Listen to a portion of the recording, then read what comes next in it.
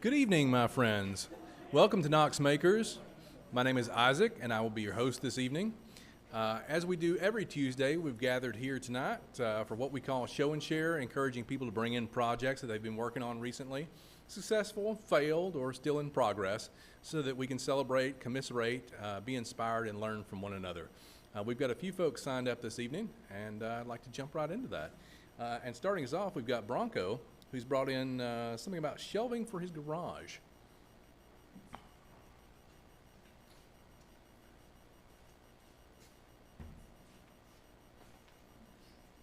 Hey everyone, how's it going? So basically the house we bought came with this nice garage space which I want to turn into a workshop, but I had a lot of junk in there and it was a bonus of some free tools and stuff that came with it, which was kind of cool. But what I really needed was some shelving, so I don't know how does this work? There we go.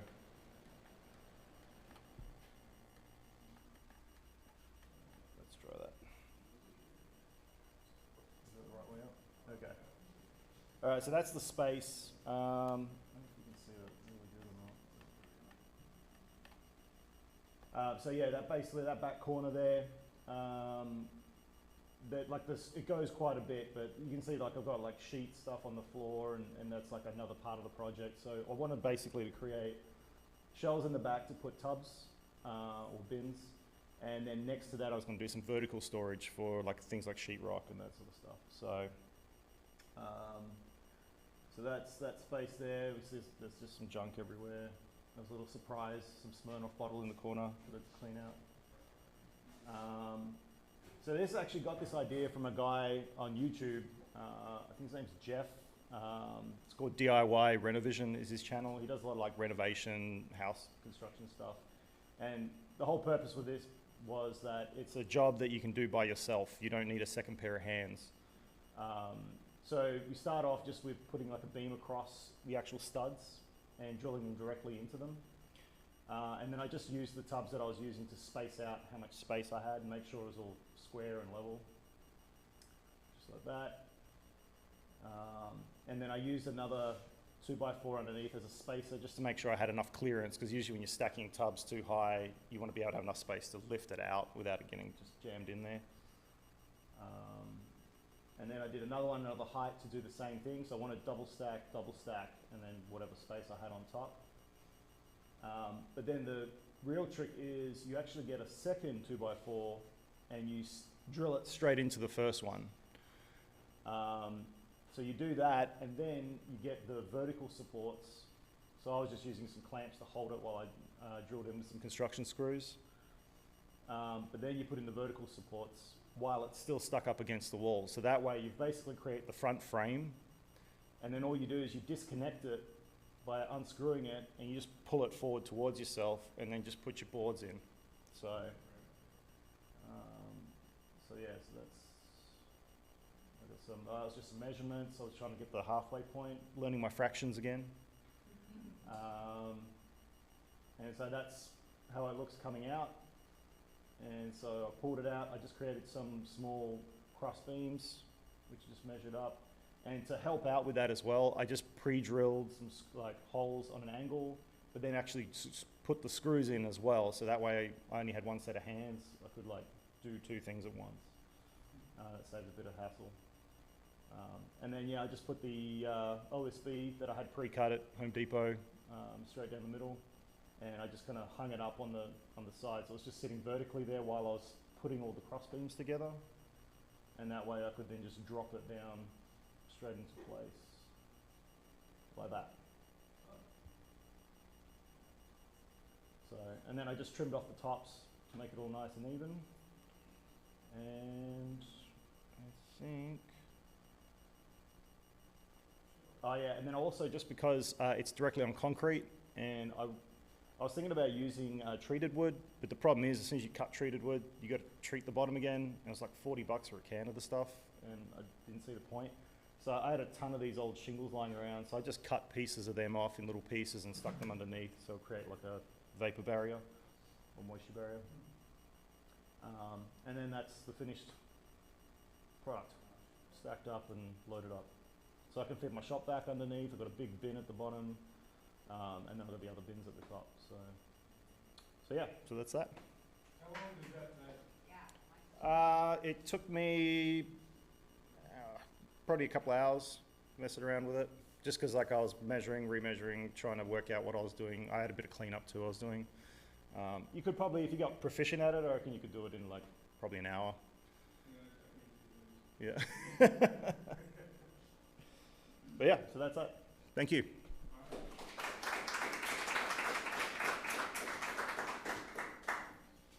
Thanks, Bronco.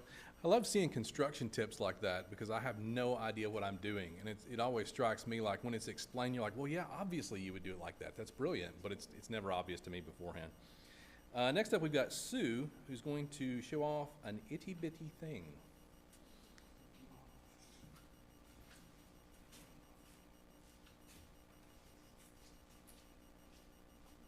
So yeah, this is not near the scale of garage shelving. So a few weeks ago, we had a tatting class, and that's something that a skill my mother had, but never taught me. I'm beginning to understand why. No offense to the instructor. Tatting, not tattooing. Got to make that one clear.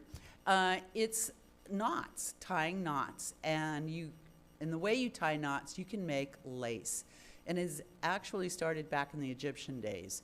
So a lot of maybe the Queen Elizabeth, that was one of the skills she learned, how to make those. So we started with the project, just kind of learning how, what tools to need. We played with different shuttles, and it was all a lot of information and really good. And then we got to start tatting. So in tying these knots, you have to, they're half hitches, but then you have to tug at it till it snaps. And then you can do the next one and snap. And I think that's the word you used, wasn't it, Thea? Snap? No. Well, I don't remember the exact word in the handout, but it does, it makes a little pop sound. Pop. Right. As the half hitch goes from where you loaded it to the string that you want it on. And that proved to be pretty difficult for some. You also need to have tension. So much like knitting or crocheting, you have to watch that as well. So I spent some time making our first little project. And I know Thea had shown this beautiful piece that she made a few weeks ago. She said it took her a couple, 3 hours. I spent 5 hours to complete this itty-bitty project. And as you can see, my butterfly is naturally not symmetrical. But yeah, I did it. I tried. I'm going to keep working on it as well and try one of the other butterflies that are offered in the pattern. But yeah, it was a great class. Thank you, Thea. Learned a lot. Same question. How long did it take? 5 hours. Yes, 5 hours for that small piece. So I can only imagine how long it takes to do lace embroidery for a collar. And that's not going to be me in the beginning, that's for sure. But even a bookmark would take weeks, I would think. So, yes, Thea. For the record, I'm still working on my first collar. It's not done yet. Okay. Yeah, so Thea's still working on her first collar, for those of you who can't hear her voice. Yes. I believe this was size 10 or 3? Yeah, just size 10 cotton crochet. Yes. So it would be the kind like you would see doilies made out of if you were crocheting. Yeah. You do that just by hand, there's no needle involved or anything? There's something called a shuttle, and it looks like an eye, and you wrap the thread on it. And that's what you lace the thread around your fingers, and you move the shuttle back and forth, like you would see them repairing fishing nets. Okay, so it's that kind of a shuttle. How big is it for a minute? Oh, that's in your hand. Oh, wow. Itty bitty. On the flip side, some people do make things this small for earrings, earring decorations, or you could do a lot of them and decorate something else. Yes. Anything else? All right, thank you.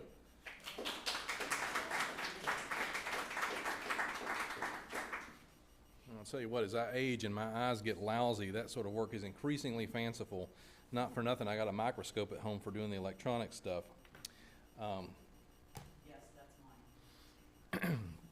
Next up, we've got Tracy, who has a vinyl cut laptop sticker to share.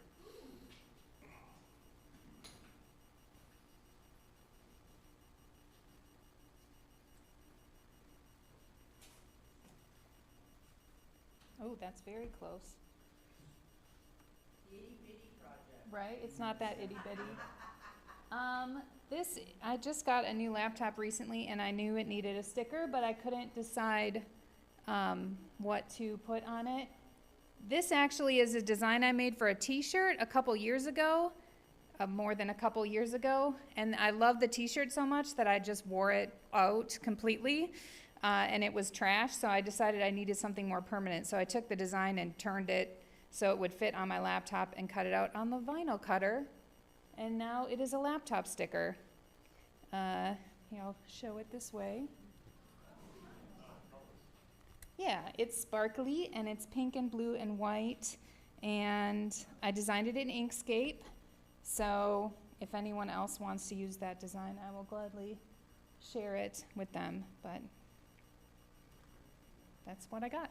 Yes? Is the spaceman different material than the stars, or are they all? It's a different color. The space lady is pink, and the stars are blue and, no, it's a lady. The stars are blue and white, and the space lady is pink, and so is the rocket. This whole middle part is pink, and then the stars are different. I left the scraps by the vinyl cutter, too, because I don't see myself using these colors again. So if anyone else wants to make something, you're welcome to. It took about an hour. After I got my computer hooked up to the vinyl cutter, it took about an hour to cut it out right, and I had to play with the tension a little bit and then stick it on. So, was that your question? Okay.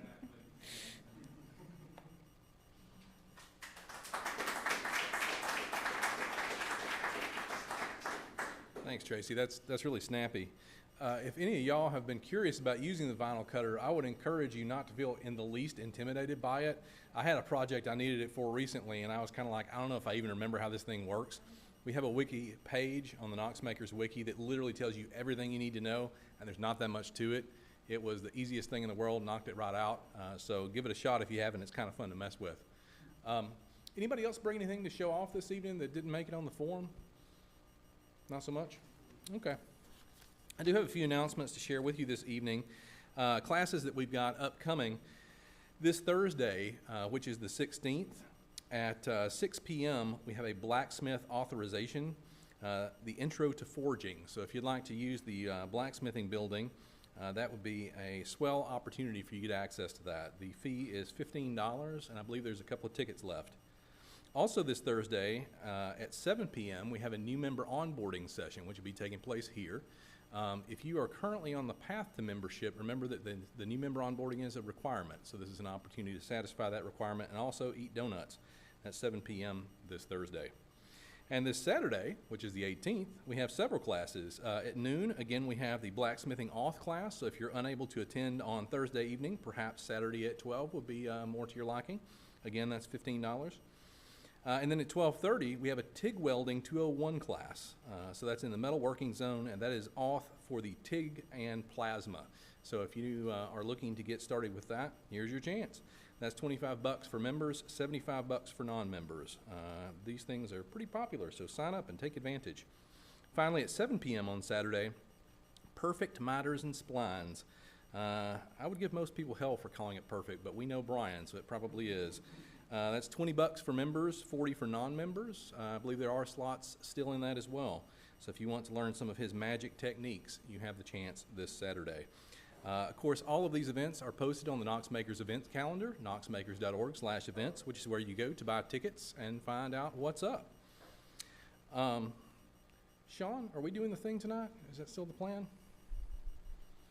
Not doing the thing tonight? Maybe doing the thing? Moving the things? Throwing the things out? Rearranging the things? Are we doing that?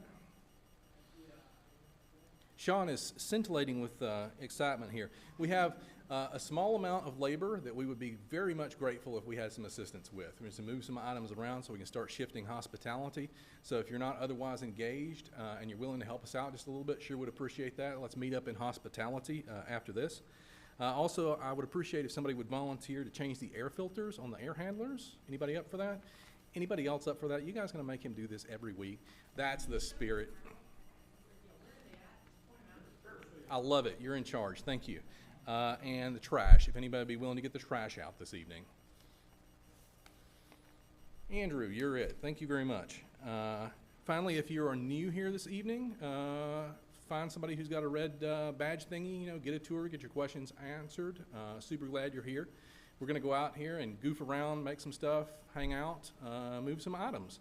Thanks for being with us this evening. Let's go have fun.